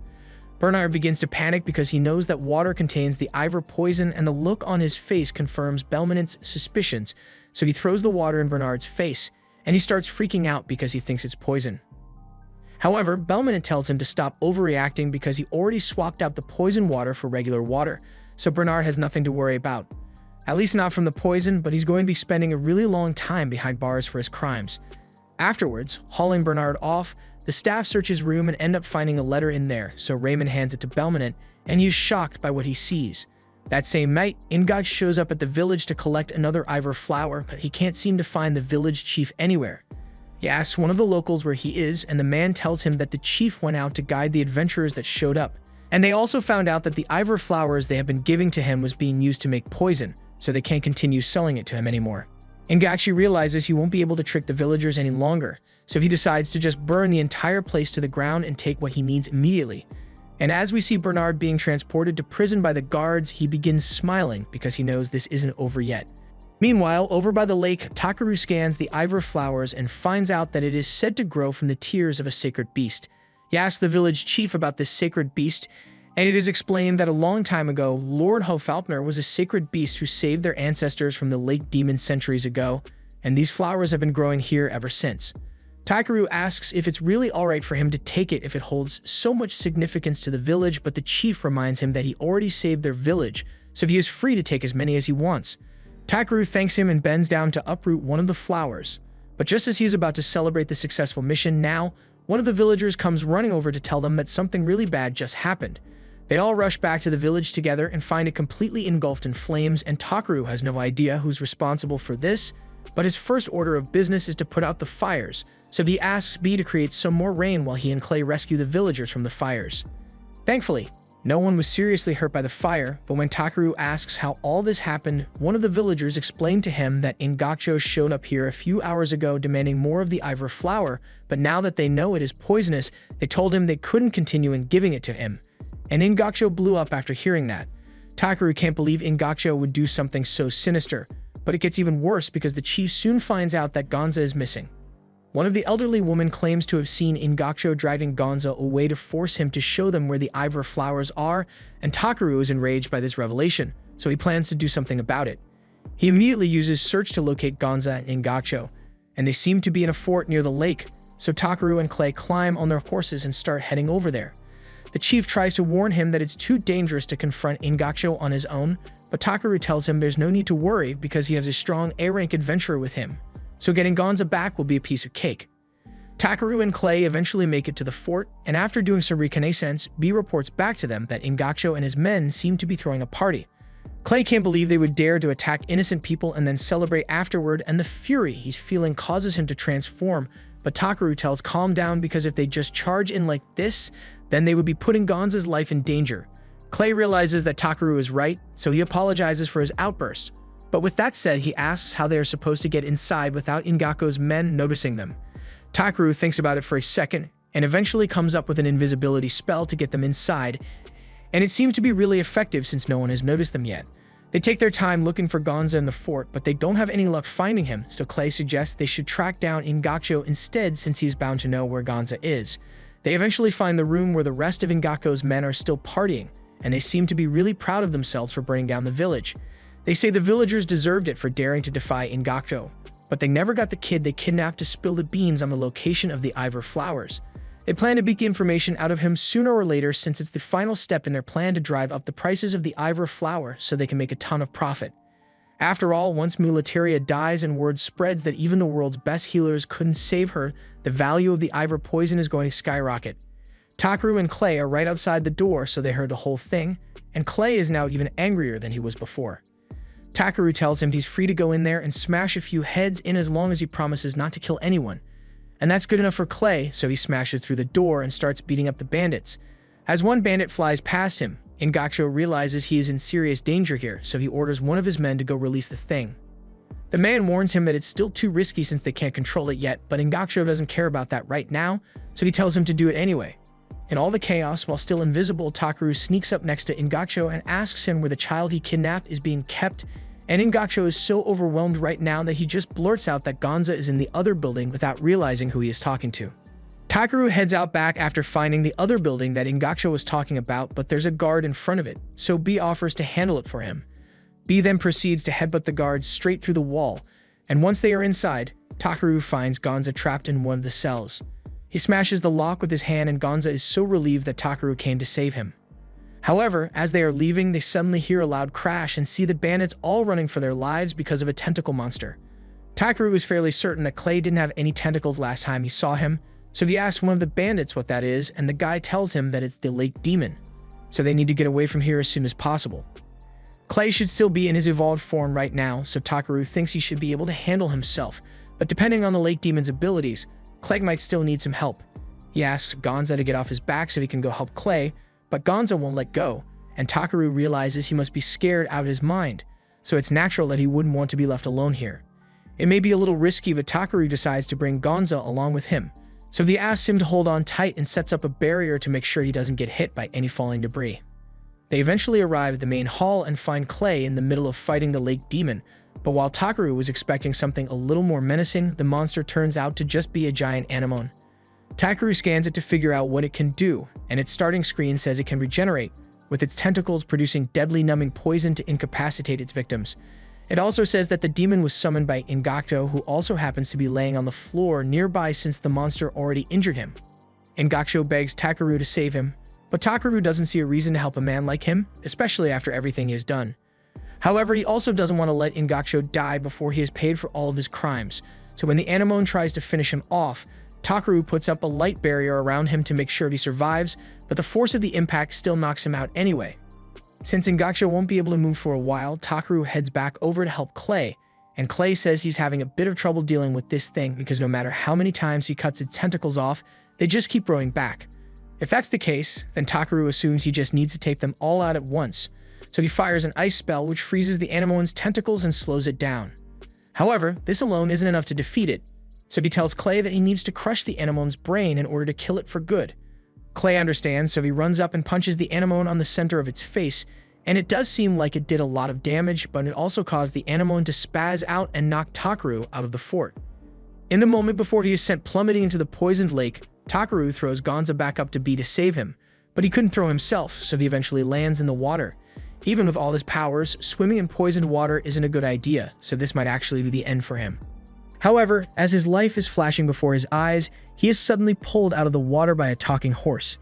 The horse introduces herself as Hofalpnir, and Takuru realizes she must be the sacred beast that was mentioned earlier, so he apologizes for falling into her lake. But as he is apologizing, she tells him there's no need to apologize, because he actually just purified her land. She explains that a long time ago, this place was plagued with tons of stagnant mana, so she used up the last of her power to create the Iver flowers, infused with purification to keep the land and waters clean, but once her power was depleted, she turned into a statue. Her Iver flowers could have protected this place forever, but recently, some evil humans came and poisoned the waters, turning this place into a barren wasteland. However, thanks to Takiru taking the toxins in, the lake has once again been purified, and Hofalpnir was able to regain her strength, so she is truly grateful to him. Takiru isn't exactly sure how him falling into the lake purified it, but if it helped Hofalpnir, then he's happy. Hofalpnir drops him off a nearby cliff so he can meet up with Clay and Gonza, and they are relieved to see that he is alright. They ask him how he managed to survive, and he explains that the lake god saved him, but the others look at him like he's crazy because they can't see anyone else here. Hofalpnir then turns to Takiru and tells him she is eternally grateful for what he has done for her, so if he ever needs help, she will be there to assist him. She then disappears, and Takiru later heads back to the village to return Gonza to his family. After that, it's time for them to return to the mansion so he can treat Mulidaria, but going by horse would take way too long, so Takiru decides to try a new spell he came up with. He lines a bunch of magic stones up in a circle, and then while everyone is standing inside, he activates the gate spell, sending them all back to the mansion in an instant. Once there, Takiru is able to synthesize an antidote from the Iver flower he collected, and after having Mulidaria drink it, her Iver poisoning is completely cured. It's still going to take some time for her to recover from the rest of her symptoms, but the road to recovery is going to be a lot easier now, and Tieris couldn't be happier. Now that Takiru has healed Mulidaria, he heads back to the village to help with the reconstruction efforts since most of the villagers lost their homes in the fire, and while he's there, he makes a proposal to the village chief. Earlier, he had found some Litas fruit that tasted like soy sauce, but after the villagers don't seem to understand how great soy sauce is, so Takiru prepared a plate of baked potatoes and soy sauce for the chief to try, and he absolutely loves it. Takiru's proposal is for him to buy the village's entire stock of Litas fruits so he can sell them as soy sauce back in Belkame. And if things work out, soy sauce may become this village's specialty so they won't be poor anymore. The village chief happily agrees to Takiru's deal, and with that, his business in the village is officially over, so he is ready to head back to Belkame. But all of a sudden, he sees a bright light in the sky, and Hofalpnir appears right in front of him. This time, Clay is able to see her as well, and he is just as shocked as Takiru is because he never thought he'd see a sacred beast in person. Takiru asks Valpnir why she's here, and she explains that she got bored with living by that lake for so many years, and Takiru seems like an interesting person, so she has decided to accompany him on his journey. And as she says this, she transforms herself into a beautiful woman. She tells him he is free to ride her as much as he wants because she is the greatest steed in the world, and she is excited to see what Takiru does next, but he has a feeling that having Valpnir around is going to become a huge hassle. Later on, Takiru heads back to the blacksmith with a few materials and asks him if these will be good enough for the special pair of scissors he wants, and since the blacksmith still owes him a massive favor for all the Ildrite he brought last time, he swears that he will make the perfect pair of scissors for him, and Takiru is glad to hear it. After that, he leaves the shop and outside, Puny is there waiting for him, as well as Grit from the guild, and he apparently has something he wants to talk to Takiru about.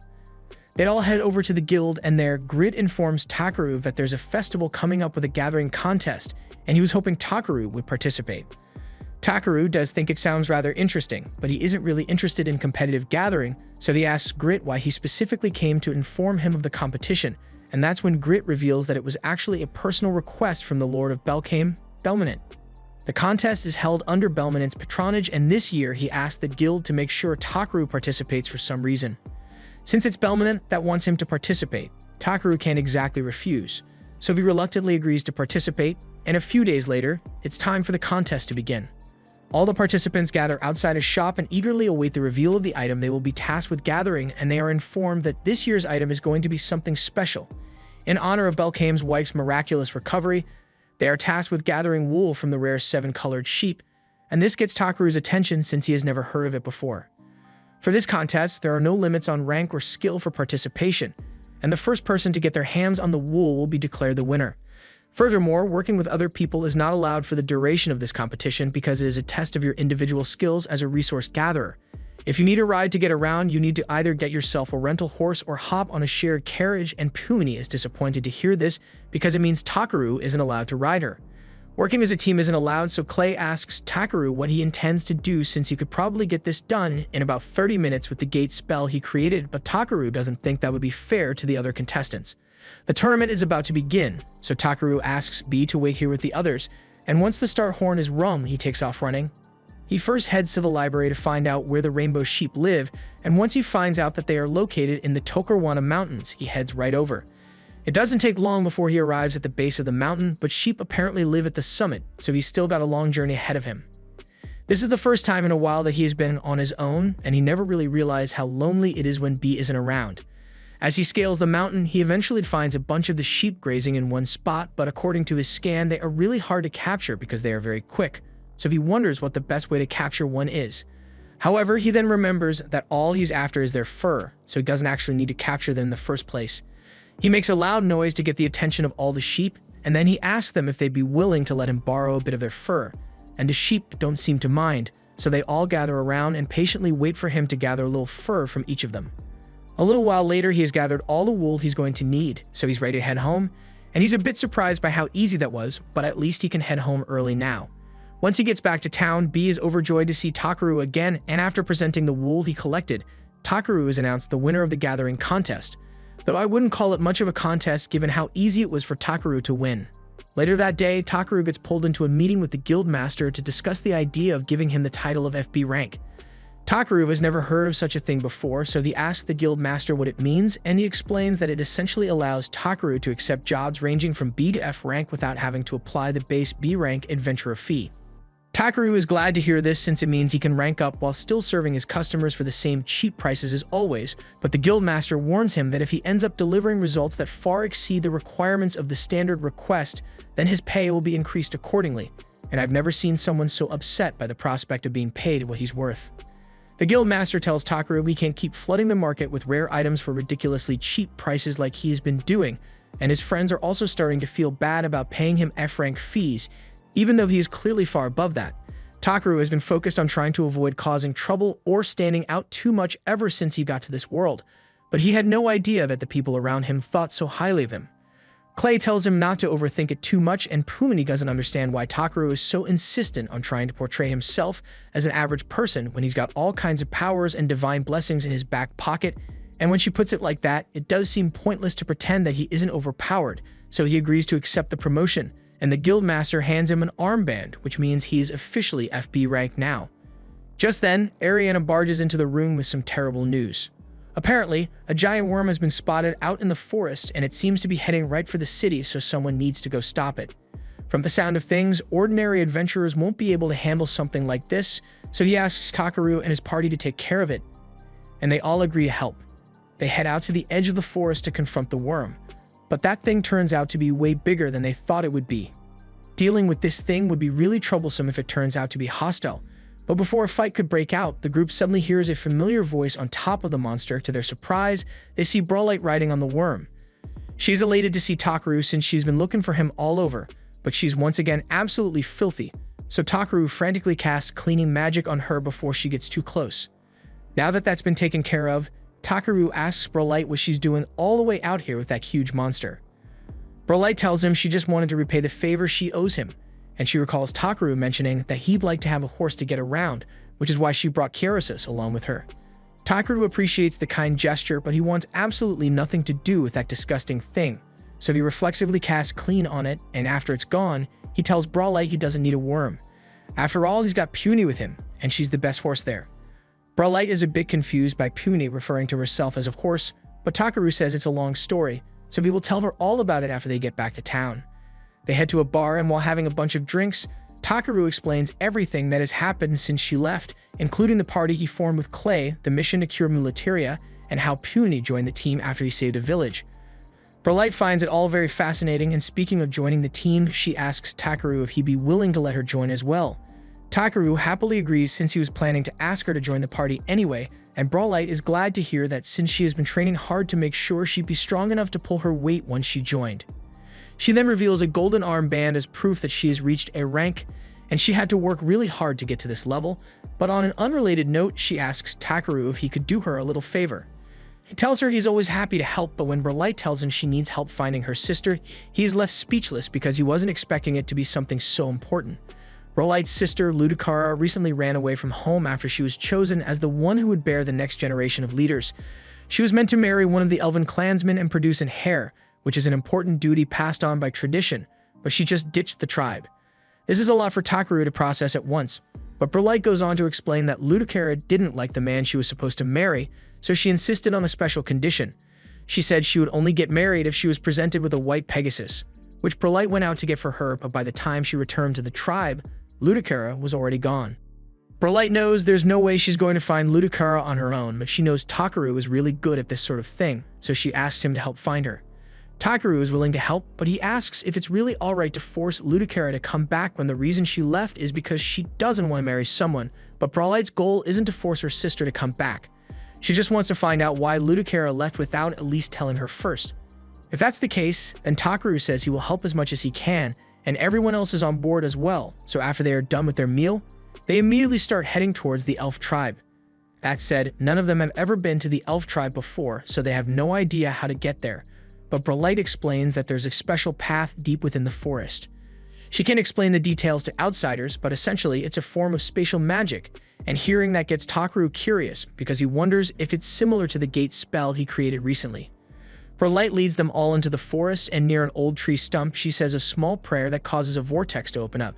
She then tells everyone that all they need to do is put their hands in the vortex while their eyes are closed, and they will automatically be transported to the elf tribe, but when she actually demonstrates it, Takaru gets cold feet because it looks terrifying. However, the others don't seem to mind, so they go through the portal without a second thought, and eventually, Takaru does as well. But once he is on the other side, he wonders where everyone else went since he can't see them. Just then, Clay yells for Takaru to get down because they are under attack, and a moment later, several arrows come flying at the group, and at this rate, someone might end up getting hurt, so Takaru casts a shield to protect his friends. However, he doesn't understand why they are suddenly being attacked out of nowhere. Just then, Brolight notices that the arrows that were fired at them have tips that match those from her village, and a moment later, they are surrounded by elven soldiers who don't seem happy to see Brolight at all. The elves accuse Brolight of breaking their sacred traditions by bringing outsiders to their homeland, and even though she tries to explain, the elves refuse to listen to Brolight's claim that they are just here to help, even going so far as to call them filthy cretins. However, Puny does not take kindly to this. She steps out of the portal and transforms, demanding to know who the elves think they are to be calling a god like her filthy. The elves had no idea that there was a god amongst Brolight's group, but by the time they realized their mistake, it was already too late because Puny had already struck them down with a bolt of lightning. The elves bow down and beg for forgiveness once they realize their mistake, and Puny doesn't intend to punish them any further than this, but she is surprised that the elves have fallen so low that they couldn't recognize her power. Takaru steps forward to try and smooth things over, but Lokar is offended that a mere human would dare to speak in a situation like this. However, then he sees Takaru's guild ID bracelet, and once he realizes Takaru is a high-level all-arounder, his attitude completely changes, and he says he will lead everyone to his village. As they are walking, Puny tells Takaru that she senses something very unpleasant in this forest, so he should be careful, and Takaru has a feeling it has something to do with Brolight. They eventually arrive at the entrance to the elf village, and Takaru finally figures out what Puny meant by something unpleasant, because the air near the tree is full of mana impurities that make it hard to breathe. Lokar tells everyone that before they head into the village, they must first purify themselves in the lake, but if he's talking purification, Takaru says he can handle that on his own. Lokar isn't sure what he means, but he lets him do his thing, and as soon as Takaru casts his cleaning spell, all the elves are amazed by how quickly the mana impurities dissipate. Lokar asks for an explanation on what just happened, but Brolight says Takaru always does amazing things, and so they'll get used to it eventually. They start ascending the tree, and as they climb, Brolight explains that the great tree Gowan is the symbol of all elves, and usually aside from people who receive special permission to ascend, only high elves are allowed to climb to the top. They all find this very intriguing, but then it dawns on Clay that if Brolight is allowed to climb the tower with them, then that must mean she is a high elf as well. Brolight admits that Clay is right and she apologizes for keeping it a secret from them. But Takaru doesn't really understand why being a high elf is such a big deal. The others explain to him that high elves are in charge of leading the elf nation, so it is forbidden for them to leave the village for any reason. Takaru still doesn't get why it's a problem, since even if Brolight is a high elf, she must have had her reasons for choosing to go against the rules. Brolight thinks back to the situation with her sister, and she does think that was a good reason, but she still feels guilty about leaving. Takaru tells her that while following traditions may seem like the right thing to do, adhering to them too strictly can make one's life miserable, so as long as she's not hurting anyone, he thinks it's fine for her to do what she wants. Brolight is moved to tears by the fact that everyone is so understanding because she fully expected them to condemn her for breaking her village's rules. She calms herself down and tells everyone that the palace is just up ahead, so they won't need to walk much farther. Once they all arrive at the palace, Brolight is welcomed by a woman named Amber, and she says she would like to request an audience with her older brother, so Amber agrees to arrange it for her. In the meantime, Brolight and the others all sit down to have a cup of tea, and when Brolight's brother eventually arrives, she gets up and runs over to hug him. However, Orkesto moves out of the way, not because he doesn't want to hug her, but because Brolight tends to have trouble controlling her strength when she's excited, and he'd rather not get crushed by accident. Orkesto greets everyone, and he heard about the way Lilkur spoke to Takaru when he first arrived, so he wants to sincerely apologize for that. Takaru says it's not a big deal, but when Orkesto goes to shake his hand, he can't help but compare him to a little kid.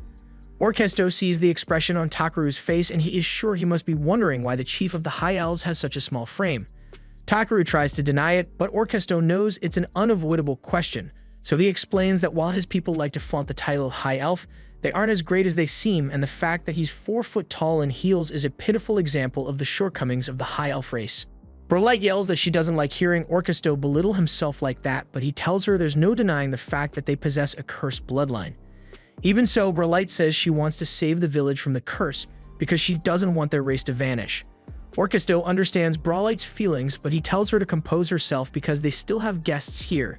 He then apologizes for the way his younger brother just acted, and Takaru says he doesn't mind, but then he realizes that Orkesto just referred to Brolight as his brother, and this is the first he's hearing of that. Brolight explains that she technically is a woman, but she's also a man, and that alone is pretty crazy, but Takaru asks why the others are just nodding along like this is supposed to be normal. Clay explains that while it may be rare, this kind of thing does happen from time to time, so it's perfectly normal. Orkesto says he doesn't have much to offer, but Takaru and the others are welcome to make themselves at home. Takaru is grateful for the hospitality, but he has one last question to ask before they move on.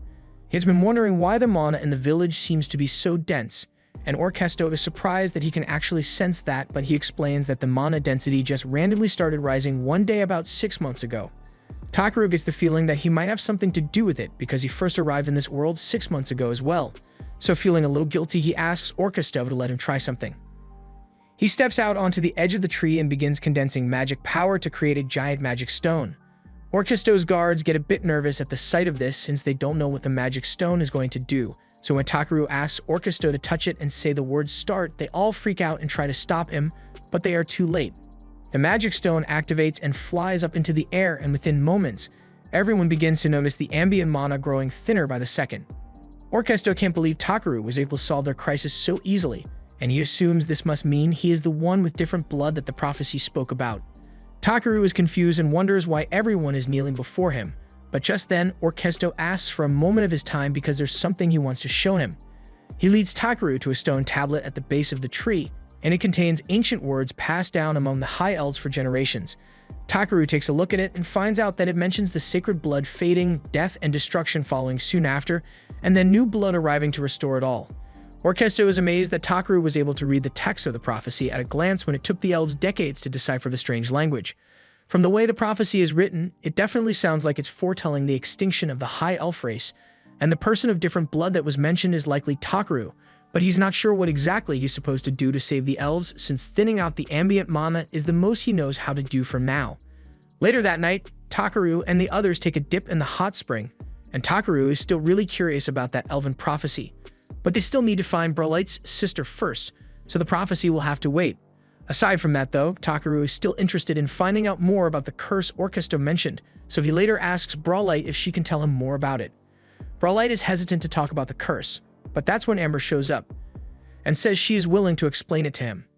She informs Takaru that the curse is a mysterious affliction spreading among the High Elves that causes abnormalities in the development of their bodies, and over the past 50 years, the symptoms have worsened dramatically, causing every newborn baby to pass away shortly after its birth.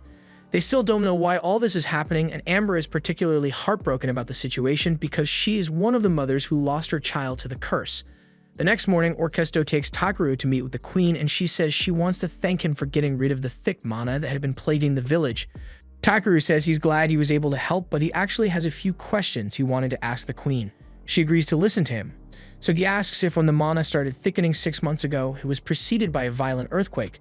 The queen confirms this, so Takaru assumes it is similar to the other incident, and that must have caused the local monster population to go crazy, so he offers to handle that for them.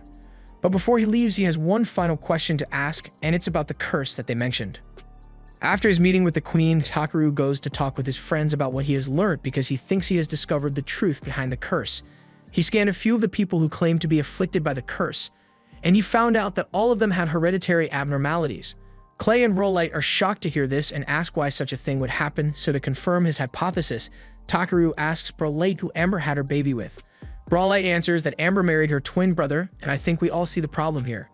The High Elves are cursed, they are just really inbred, so he explains that they can fix all this by having children with people who aren't right next to you on the family tree.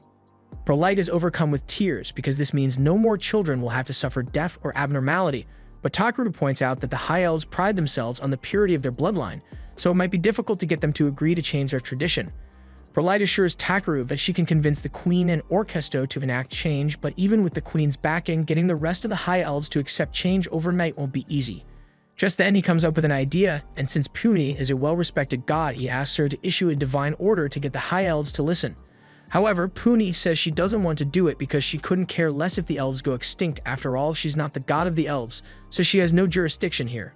That may be the case, but Takaru tells her they are all friends here, and when a friend is in trouble, it's natural to go out of your way to help. Puni normally wouldn't want to get herself involved, but since Takaru is being so insistent, she agrees to help and tells everyone that the only way to gain compliance from all the elves is to have their god issue the order, so they need to go find Liblania. But since she's going to act on Takaru's behalf, he tells her he had better be prepared to provide adequate compensation. At first, he is a little worried that she may ask for something unreasonable, but to his relief, all Puni wants is a meal of buttered potatoes. This was the end of episode 10. Subscribe to not miss the next part.